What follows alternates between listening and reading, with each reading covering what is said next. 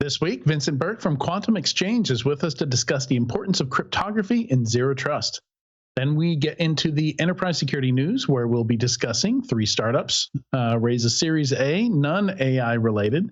2 startups get acquired, and both are AI related. AI-powered fake ID factories, security researcher scams Apple. Some security startups may get desperate in 2024. Palo Alto's path to a $100 billion valuation, the EU Data Act, secure boot less secure due to a vulnerability, toothbrushes aren't participating in DDoS attacks, all that and more on this episode of Enterprise Security Weekly. This is a Security Weekly production for security professionals by security professionals. Please visit securityweekly.com/subscribe to subscribe to all the shows on our network.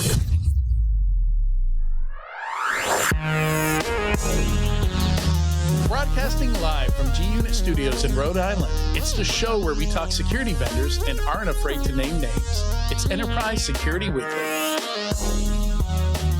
Identity is at the core of every great digital experience. Ping Identity's solutions support the scale, flexibility, and resiliency required by enterprise-level IT teams for lasting digital transformation. With 99.99% uptime and over 3 billion identities under management, they're the only identity vendor that's proven to champion the scale, performance, and security of large enterprises. That's why Ping Identity champions your unique identity needs. They give you the tools to offer your users the right access at the right times, no matter how they connect with you. Visit securityweekly.com/ping identity to learn more. 2024 will be the year of cryptography, driven by compliance requirements like PCI DSS 4.0 and the long-awaited NIST standardized post-quantum algorithms. No longer can enterprises take their cryptography for granted. Cipher Insights from Quantum Exchange brings clarity to cyber risk blind spots that other point-and-scan solutions miss. The continuous network monitoring and response tool flags, scores, and prioritizes dozens of crypto risk factors in near real time, displayed through a single user-friendly dashboard for efficient management and remediation. Empower your NOC and SOC teams with actionable intelligence. Demonstrate proof of strong encryption required for zero trust. Gain the visibility and crypto inventory needed to begin your quantum-safe journey. To learn more, visit securityweekly.com/quantum exchange. Welcome to Enterprise Security Weekly and happy Fat Thursday. This is episode 349, recorded on Thursday, February 7th, 2024. I'm your host, Adrian Sanabria, and joining me today is our emergency guest host, Mr. Ryan Freed. How are you doing, Ryan? Good. Yeah, I appreciate the opportunity. Yeah, absolutely. Yeah, I'm glad you could make it. We really appreciate it. Katie and Sean are both busy today and couldn't join us, so we rung up Mr. Ryan Freed, and he was available to come on and help us out. And so I do a silly national, international, day of celebration every Thursday when we do the show. And I'd never heard of Fat Thursday. I was kind of confused. I thought maybe they meant Fat Tuesday, but apparently those are 2 separate things that are somewhat related, both related to Lent. And I think Fat Thursday is more of a Polish thing than the rest of the people that celebrate Mardi Gras and Fat Tuesday and all that stuff, which is next Tuesday. But same basic idea. Use up all the really rich ingredients that you can't use during Lent. So this is when they start the bakeries start turning out hotchkies in Poland, apparently. I don't know if you know anything about Fat Thursday, Ryan, but no, that was news to me. I thought of Fat Tuesday as well. So the more the merrier. Yeah. And maybe they just need the extra days to consume them all. I don't know. Maybe one Tuesday isn't enough, so they get a couple extra days. But found out there's all kinds of traditions in the Netherlands. There are Old Women Days. This is Old Women Day, where men must remain out of sight. Men who dare to go out in the streets and in the pubs are at risk to be humiliated, to be hit on the buttocks and chased away. That'd be quite the sight. Yeah. All All right. Quick announcement here before we get into the interview.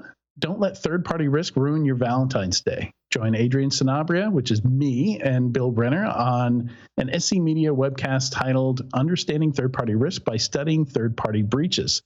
As most listeners know, I love studying third-party breaches, doing postmortems, and pulling lessons learned out of those events.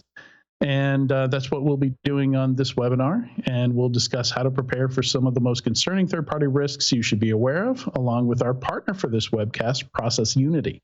Visit securityweekly.com/Valentine Risk to register. All right, and our interview today is sponsored by Quantum Exchange, which you would have seen or heard if you're listening to today's show an ad for earlier. And today we're going to discuss why cryptography is so important in the realm of zero trust, and we're excited to have Dr. Vincent Berk with us today. He's the Chief Strategy and Revenue Officer at Quantum Exchange and has a PhD in machine learning and large-scale data analytics. Also holds several patents in the application of data analysis in cybersecurity and network performance. Welcome to the show, Vince. Yeah, it's a pleasure to be here. You know, one interesting fact is in my very early years, I grew up in the Netherlands. In the old ladies' day, that's exactly when you wanted to be out as a gentleman. So it's funny you should reference that. You get kissed and stuff. Like I was reading. That sounds very true. Yeah. No, it's a good, but that's exactly right. That's, you have to have a little bit of fun, right? So good research you did there. Yeah. It's one of the reasons I have these little tie-in gags with every episode. Oftentimes there's an interesting rabbit hole you go down and you learn some interesting stuff. Well, it's certainly good. So yeah, so thanks for having us. Obviously, we're talking about cryptography, not about the culture and customs of the Dutch. So or punch keys, unfortunately. Yeah, that's true. I don't have any donuts with me. So jumping into this, just thinking where we should start here. This is one of those conversations where we probably want to start with some foundational stuff. And I think part of how we think about how we use cryptography, a lot of people don't really think about it all that much, I don't think. I've been around long enough that I remember when full disk encryption was a product that you would buy for your endpoints in your organization. It was not something that came built into the operating system. Same thing with VPN. You wanted a VPN client for Windows, you had to go out and buy one. It was not baked in to the operating system if you go back far enough. And, I think a lot of people have just gotten used to crypto being baked in. And, it's my understanding you're saying we should, it might be healthy to shift that perspective somewhat. Yeah. So Adrian, that is, you and I had that discussion earlier. And I think that, one thing that people have started to believe is the moment that the traffic on the wire seems scrambled, well, it must be encrypted, right? The reality is that we've started encrypting 20, 15 years ago. And when you say baked in, that's how we did that. We started by incorporating cryptography libraries, and then your traffic becomes encrypted, and then that looks good. Now, that's fine often for, a decade. We're starting to get to a point where older versions of cryptography are genuinely breakable on a modern graphics board, right? So people don't think about this because, well, it still looks encrypted, and legacy means legacy because, well, it was working, right? We didn't need to replace it because it worked, and it looks encrypted. But weaknesses are starting to show. And I think that sort of now that we're starting to hear more about quantum safe cryptography, right, which is obviously an area where we started out, people should take that as an opportunity to take a really good look at what the cryptography is like, what the strength of that cryptography is like, and whether or not, it is time to start taking an active management approach of that, right? That's really where cryptographic management comes into play. Gotcha. Yeah, and it's I think that's also going along with baking stuff in. We had some cryptographic algorithms that were pretty okay for a while.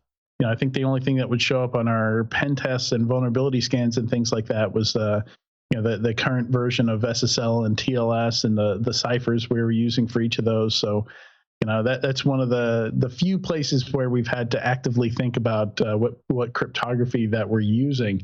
But generally, we let the software on both ends negotiate and pick something and roll with it. Typically people aren't thinking too much about what SSH is using or what they're using to encrypt stuff on disk. So now with NIST selecting post-quantum algorithms, which we had a special about, I think it was last year, if not, I think it was about a year ago. We had an episode where we dove in deep with that. And we had one of the guy that designed 3 of the 4 NIST selected algorithms and talked about that. So, it seems like we're back at that point again where we were maybe 20, 25 years ago, where all of a sudden we're much more active in talking about what crypto we're using, retiring crypto in different places, and we need to be aware of where we can upgrade stuff and where we're going to have legacy stuff that we maybe have to put extra controls around, right? Because it's probably not going to be possible to upgrade everything for everybody. Yeah, I think that's why everybody is thinking about this or starting to think about this right now as sort of a risk surface analysis, right? Like one of the things that I end up involved in a lot is organizations finally starting to be aware of the fact that cryptography perhaps is kind of taken for granted. Is there a potential risk in it, right? If I can see it on the wire and decrypt it, that means the hacker can see it on the wire and decrypt it. And so if we start thinking about cryptography as a risk surface, then it's not just like the algorithm that you point out, which you are right. We've had essentially, 1.5 maybe algorithms, right? Like especially if we sort of think about the mathematical problems that underlie these algorithms, they're very similar. They've served us, for probably 40 years, if you really think about how far back RSA went, right? It's not just that, right? Like that's a cryptography algorithm. There is legacy in that traffic's unencrypted. There is legacy as in, the RSA algorithm is, for now a good algorithm, but if your key is too small, right, we know you can brute force a key, right? Just like you can brute force a small password. And then there is, an entire slew of other cryptographic risk problems that people don't often think about, which are, for instance, cryptography is implemented in a software library. Software libraries have bugs. Bugs happen in any software that's written, right? There can be a lot of bugs that we might not even be aware of residing in the cryptography on our wire, right? So if we take any normal enterprise like that is running applications, some run more than 1,000 different applications. All of those are supposed to be encrypted to some level. You take an inventory of that. We routinely find that there's 4 out of 5 network connections have some defeatable flaw in their cryptography, right? That's just looking at the network wire. So cryptography as a risk surface is often greatly underestimated. And I think that these efforts by NIST and post-quantum cryptography are starting to bring that forward, right? People are starting to look at this and starting to realize how this is not as solid and monolithic and strong as we all would have liked to believe up until now. Yeah, and it's interesting, we bring the concept of zero trust in here, which, I think we focused very heavily in the public internet. Web browsers, I think, did a lot of work to get us there. When Google started downranking websites that didn't use encryption, I think the writing was on the wall that, look, 100% of the internet is going to have to be encrypted. But then, we have Kubernetes components and load balancers and things like that on internal networks that aren't on the public internet, where all of a sudden we don't have, certificate management is tough, PKI is tough, so doing encryption between these different components on the internal network is a lot more work, a lot more labor. A lot of companies just never did the work to encrypt all that internal stuff. So the moment you look at the internal stuff, which, Zero Trust is basically saying, treat everything like the public internet. Everything should be its own little DMZ and untrusted connections either within that or that enclave or between these enclaves that we have. And all of a sudden we've got a ton of work to do. And like you're mentioning, we find a ton of unencrypted stuff or stuff that's using very, very weak encryption, because it wasn't the only network we were treating as untrusted was the public internet. And now all that's changing with if you take like a zero trust approach. Well, what we're seeing is that, right, with a work from anywhere, right, like the enterprise is no longer a defense, it has a defensible mode any longer, right? Like we are working everywhere. Data lives in the cloud. We're using SaaS applications, right? So the concept of defense in depth, right? The zero trust concept is becoming more true than ever because we want to work from anywhere. If we think about most major ransomware attacks, right? They start out with some foothold, and then the adversary tries to get control of as many resources as possible, and then encrypt your resources and extort you for that, right? Those processes, they typically start with things like business email compromise, right? The foothold is now in the network. Well, if you're on the host now, you can start listening to network traffic. You can observe what's happening, right? The moment that traffic's unencrypted or weakly encrypted or decryptable because of some flaw, which may be as simple as somebody leaving a private key on an open GitHub repository. I mean, crazy things happen, right? Or perhaps even bugs in random number generation. There's so many little problems that are inherent in cryptography. Then zero trust becomes rapidly meaningless, even if you think you are encrypting, right? The concept here being is that if I can read who you are, perhaps fish your credentials right off the wire, then I am you, and I can move around in a zero trust environment as if I was you, right? So the entire concept of move to zero trust falls apart if you don't have an understanding and then a remediation process for the risks in the cryptography in your environment.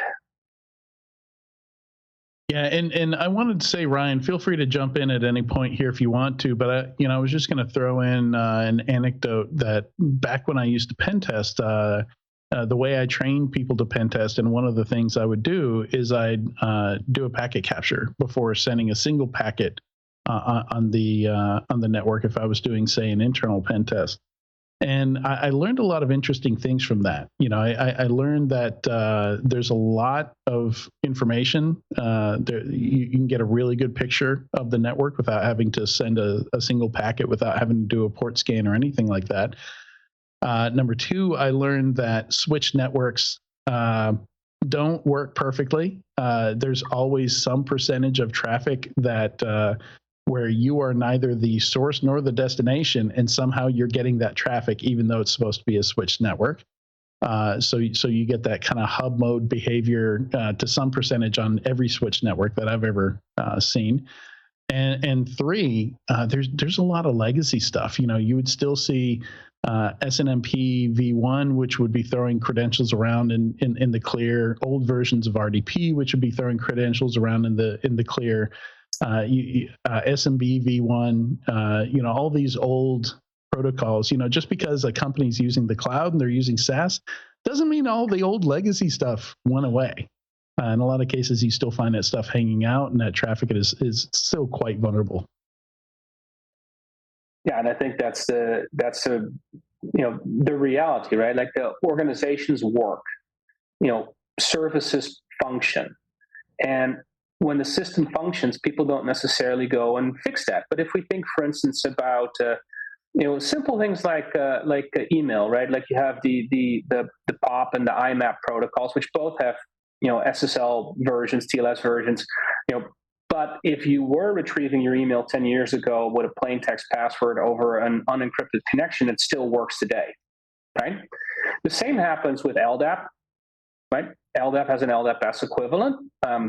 Companies merge, laptops are functioning. There isn't always a good understanding that, we've enabled, a standard of cryptography in enterprise, and we expect everyone to use it. It doesn't necessarily mean that it is governed through policy in the same way that we, for instance, govern firewall rules and identity and access control, for which there are very rigid management processes in place in most organizations. And even then, it's not perfect, right? If we think about cryptography, outdated cryptography, and that with that certificate management, right? Then we and plus a lot of protocols using their own cryptography, database protocols using their own versions of cryptography. It is absolutely true that the attack surface there is way bigger than most people have any concept of, and few look right there. It isn't ingrained within the security operations center to have a triage process for weak or downgraded cryptography. And not to mention misconfigurations, right?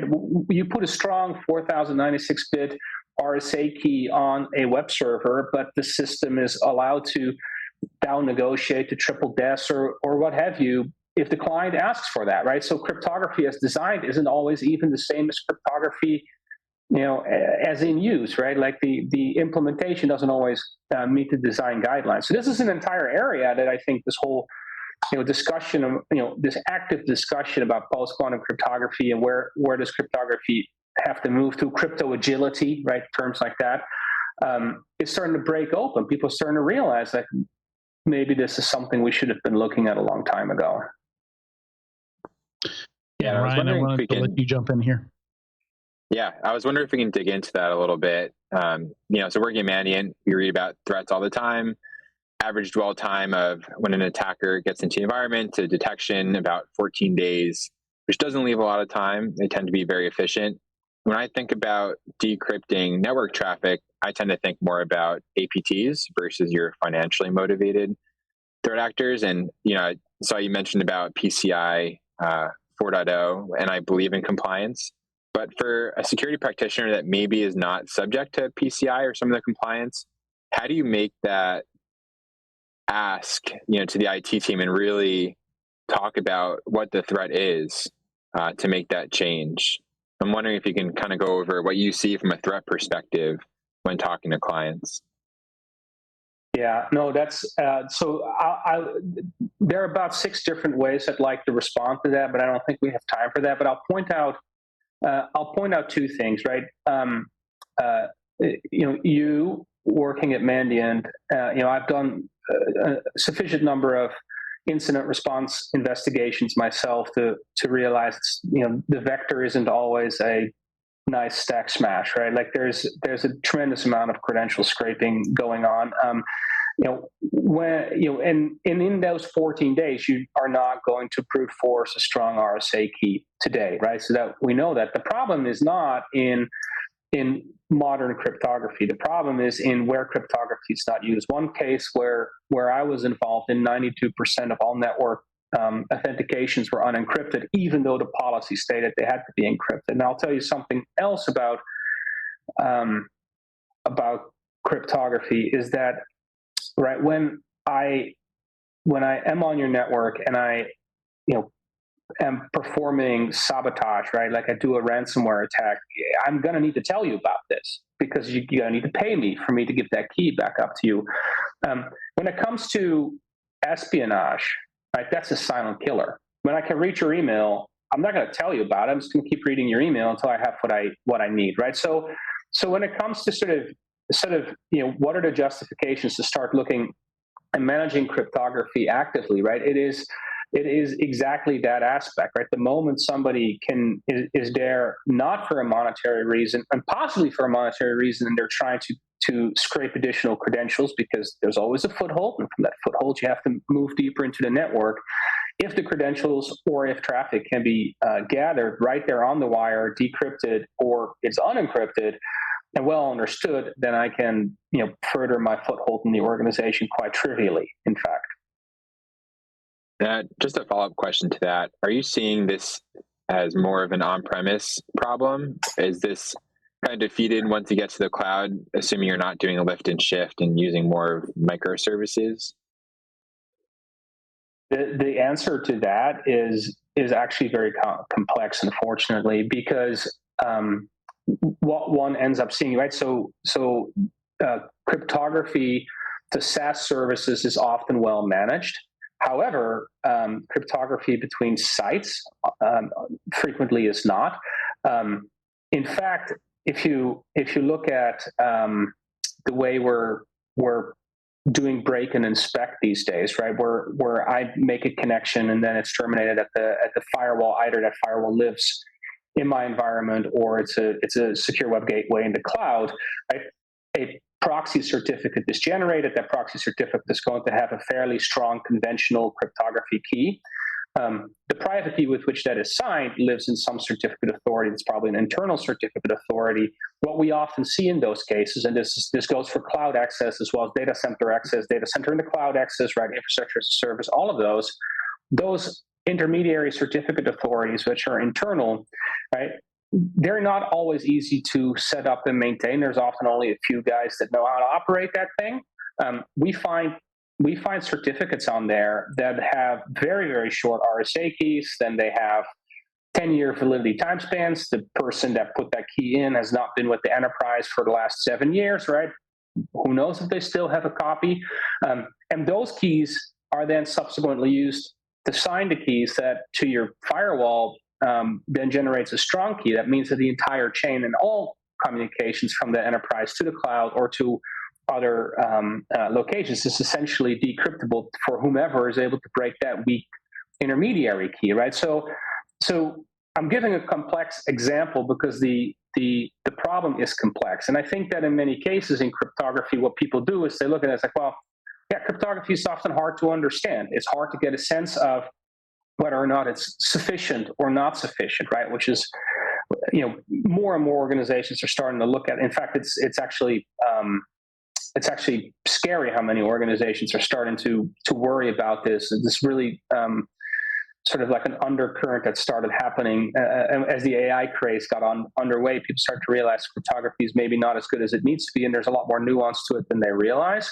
Taking a good look at that, the number of ways in which it can break are myriad, and organizations are realizing that, right?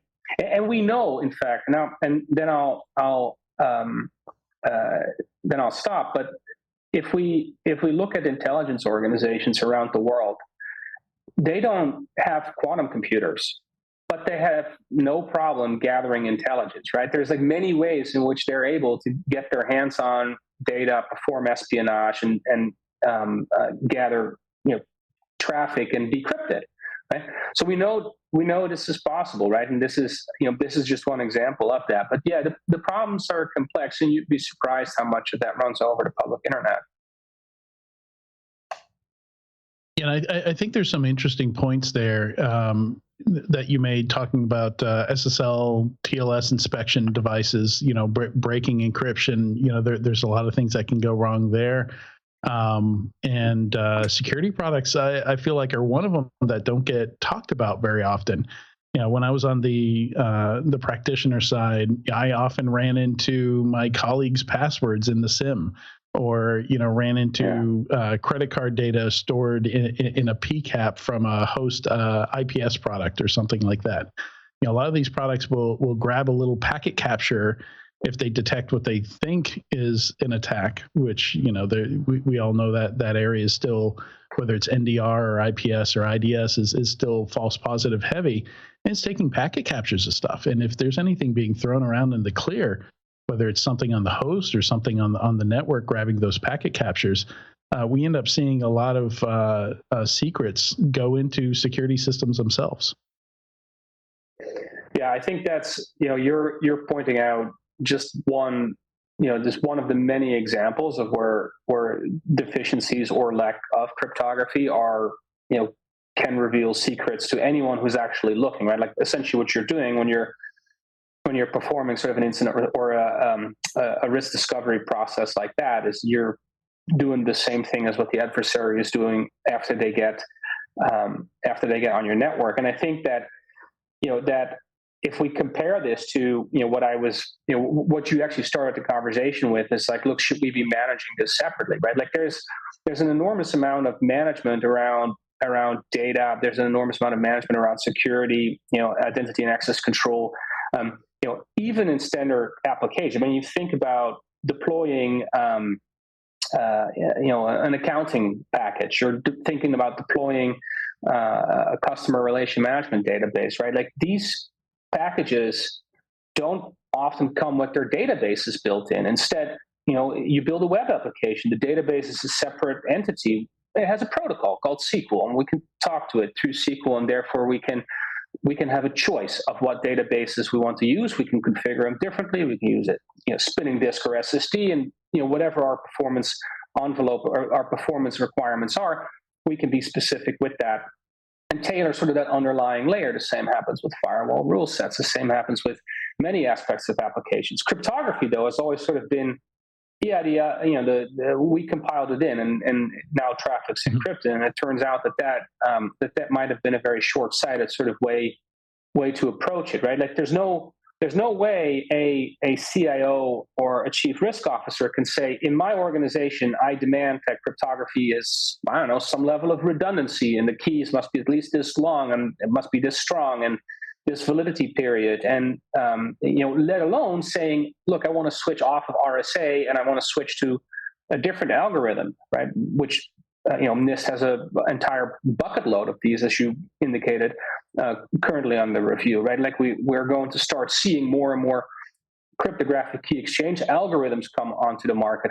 How do I control that through policy, right? Like, I can't control that through policy because the algorithm's baked in right into my software. And at a desktop level, you might still perhaps talk about, there will be an update to the operating system that allows me to start being agile with my cryptography.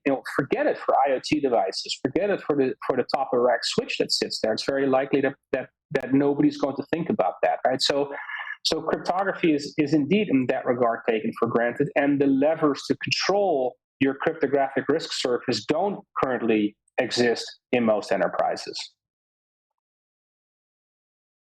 Right, and that's a lot of what your product is doing, right? Is creating that visibility of what's being used where. So this is yet another case of where we find ourselves, without that, when we talk about asset management, software asset management, this is the latest asset that we have to learn to manage, is the actual cryptography libraries themselves. Yeah, I think that's, that you were right about that, right? Like, we started out as, we would like to give the enterprise the levers with which they can control cryptography through policy, and, including post-quantum cryptography, because there are words to be said about what that future will hold for most enterprises. But we very rapidly realized that most organizations, the moment they start thinking about cryptography, there's a panic moment. Well, we know we probably didn't look at this. We probably should have, right? And so, some, I would say 2/3, start thinking about that because of a compromise where, right, credentials were stolen because traffic was unencrypted or very weakly encrypted, or we all know how to approach Kerberos tokens these days, right? If you've been in the industry, so yeah, and I think that is, we're at a watershed moment to actually go do something about this, because NIST will certify more algorithms, which means that the options that exist for cryptography will grow. And once you have options, you need to set policies, you need to set control, you need to start thinking about that. So in that regard, sort of this perhaps esoteric area of post-quantum cryptography and quantum-safe cryptography is driving the realization and the visibility in the weaknesses in cryptography that exist today. And I would say easily 2/3 of the people I speak to, their very first priority is like, can you please just show me, what my cryptographic risk surface is, so I can fix it, I can start to remediate it, right? And Ryan, to your point around PCI DSS, this is an area where regulators are starting to say, look, you need to take an annual inventory of the cryptography in use by in-scope systems. Now, in-scope of PCI DSS being defined as systems that handle payment card information. Your point is very apt, right? This is a one point in time, observation of the cryptography, right? And it is just a regulation, right?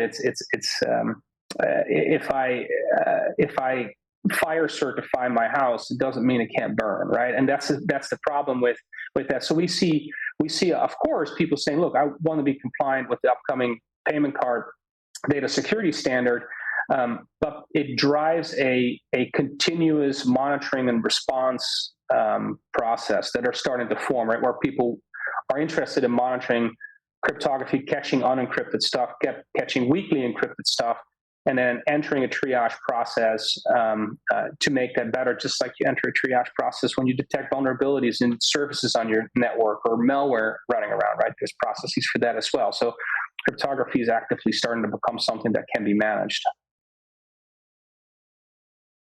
Yeah, I do have one more question. So kind of going off of PCI, I worked for a company that had to be PCI compliant, and one control that was eye-opening but really helpful was actually cryptographic agility and how quickly within custom applications you could switch out to more advanced algorithms. So that was cool. But kind of a side note, and you've touched upon it a little bit, why are customers coming to your company outside of just compliance? Yeah, it's a variety of ways, right? The realization that traffic is unencrypted and that there is a large attack surface is driving a lot of organizations to try to remediate that. I would say the secondary, and that comes hand in hand with what I was saying earlier, right? Like you've been compromised, and then you guys from Mandiant come in and you discover that, look, the way that they got their hands on the credentials is because all your emails being downloaded unencrypted, and people use the same password, or who knows what, right? There's always a story like that. Well, it shouldn't have been happening. Well, it was because of the company we acquired. We never really brought them up to our IT standard, right? Like there's always a story like that. You know this better than I do.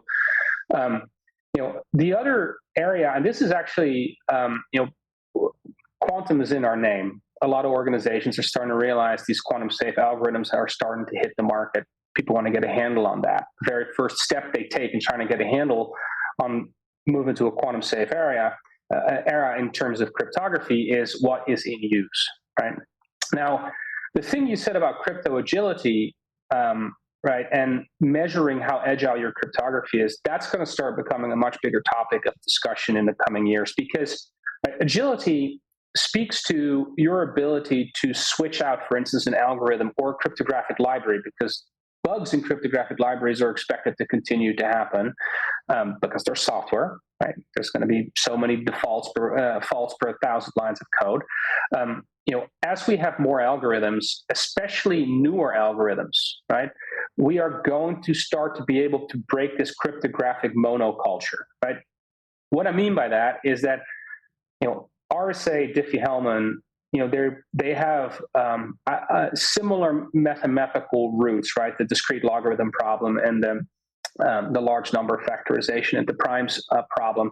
If we think about this, 2,300 years ago, Euclid of Alexandria worked on the greatest common divisor method, right? That we still use today. So we have 2,300 years of experience of trying to break large primes down, large numbers down in constituent primes. But in 2,300 years, we haven't found a trivial way to do that faster on a conventional binary computer. It's not to say that method doesn't exist, but it's a long time. If we look at these new cryptographic methods that are coming through NIST, they're based on mathematics that are a decade or two old, right? And in terms of mathematics, that's a very, very short amount of time. And so one worry or one concern I hear a lot is, okay, we're getting these new algorithms, they've been vetted, but they're so young. How do we know there's not going to be a trivial defeat of the mathematics that underlie the algorithm? And the answer to that is we don't. In fact, I expect that to happen, right? And NIST expects it to happen. This is why they're looking at a lot of different algorithms, because we need to have some optionality as we're moving to augment RSA and Diffie-Hellman in terms of algorithms.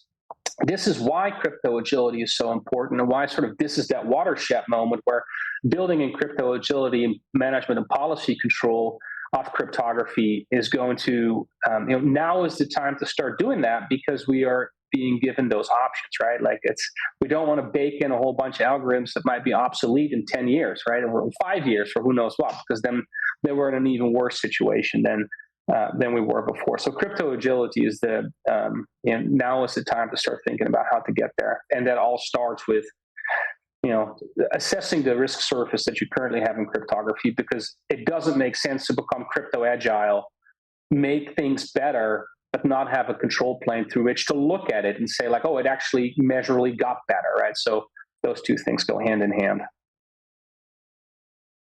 Yeah, and it's a really good point about not knowing when these things are going to break, because if the research I did for that quantum special we did last year, which if people want to go back and watch that, I think that was episode 315. I noticed that during each round of finalizing these post-quantum encryption algorithms, a lot of them did get broken, and a lot of them got broken pretty quick. And it was really interesting how many of these, because these aren't amateurs turning in these submitting these different algorithms for to be chosen by NIST. And I don't know how many people are pounding at these things to break them, but it didn't seem like it was a whole lot, and a lot of them were getting broken pretty quickly in some pretty basic ways.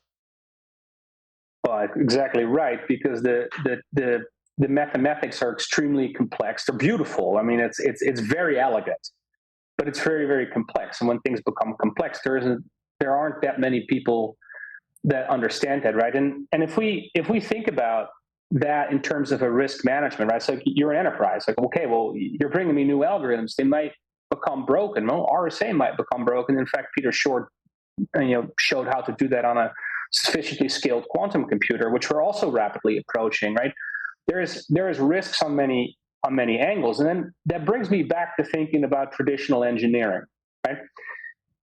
Engineers are actually very, very good at building, dependable systems out of unreliable parts. And as an example, I'll give you your family photographs, right?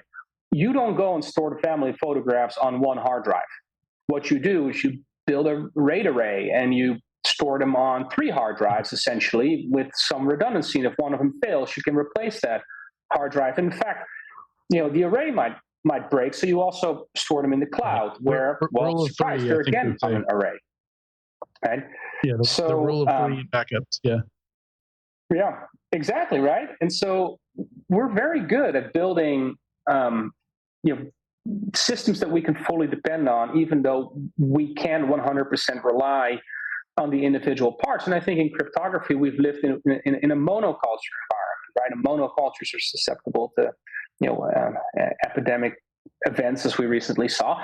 And I think that in cryptography, we're finally starting to come into a place where we can start thinking about this rule of 3, right? These redundancies that we can start to build in, and agility here means, like, can I swap parts and pieces out? How do I measure that it actually got better? How do I measure the amount of redundancy and the amount of risk that I have in that, so that I can make an informed decision about how I will handle the safety in my cryptography? So in that regard, we're at the cusp of a very exciting time, I would think.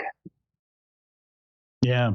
Yeah, and I think that might be, if we have another conversation, that might be a good one to pick up, talking about that monoculture, talking about crypto agility, the ability to easily swap out, the crypto we're using for any particular use case, because they're all going to have different mechanisms for how those, how the cryptography gets plugged in. Is it just an open SSL library, or, does this product have its own, so I think there's an interesting conversation there about what does that mechanism look like that actually manages crypto within an organization, across its legacy data center, cloud, all the different places that stuff lives, people's endpoints even. Yeah, and I think that's, we're at the start of this, right? As a society, I would say, I think that how to make cryptography pluggable, agile, in a way that we're used to in software development. How can we control it? What do these policies look like? Right. This is an industry-wide discussion, right? This isn't something that you and I are going to figure out on this brief chat here today. But it's kicking off a discussion like that and sort of starting to think about what is practical, what is doable, right? Like the containerization, Kubernetes clusters, right? That's an interesting angle. The other angle is, look, there are plenty of applications that are functioning exceptionally well for organizations that we don't want to mess with. So how do we make sure that stays safe? And how do we make that agile? How do we make that how do we upgrade that cryptography? How do we make that redundant, right? And so there's the technology industry has become very complex. We have so many systems. It's become and it's all working for us. But we certainly can't move past the fact that rip and replace is not ever a feasible option here, right? So that would certainly be an interesting discussion to kick that off sometime. Yeah, absolutely. Well, Vince, thank you so much for joining us today. It's been a really a great discussion. It's something we haven't talked about on the show in a while, and it's except for that one quantum episode we did. So I think it's high time we got to the subject. Yeah, no, it was an absolute pleasure to be here. I really enjoyed myself. Thank you for having me. All right. Make sure you visit securityweekly.com/quantum exchange to learn more. They have a ton of information on the website if you want to dive a bit deeper into this. And we'll be right back in a few moments with the weekly enterprise news.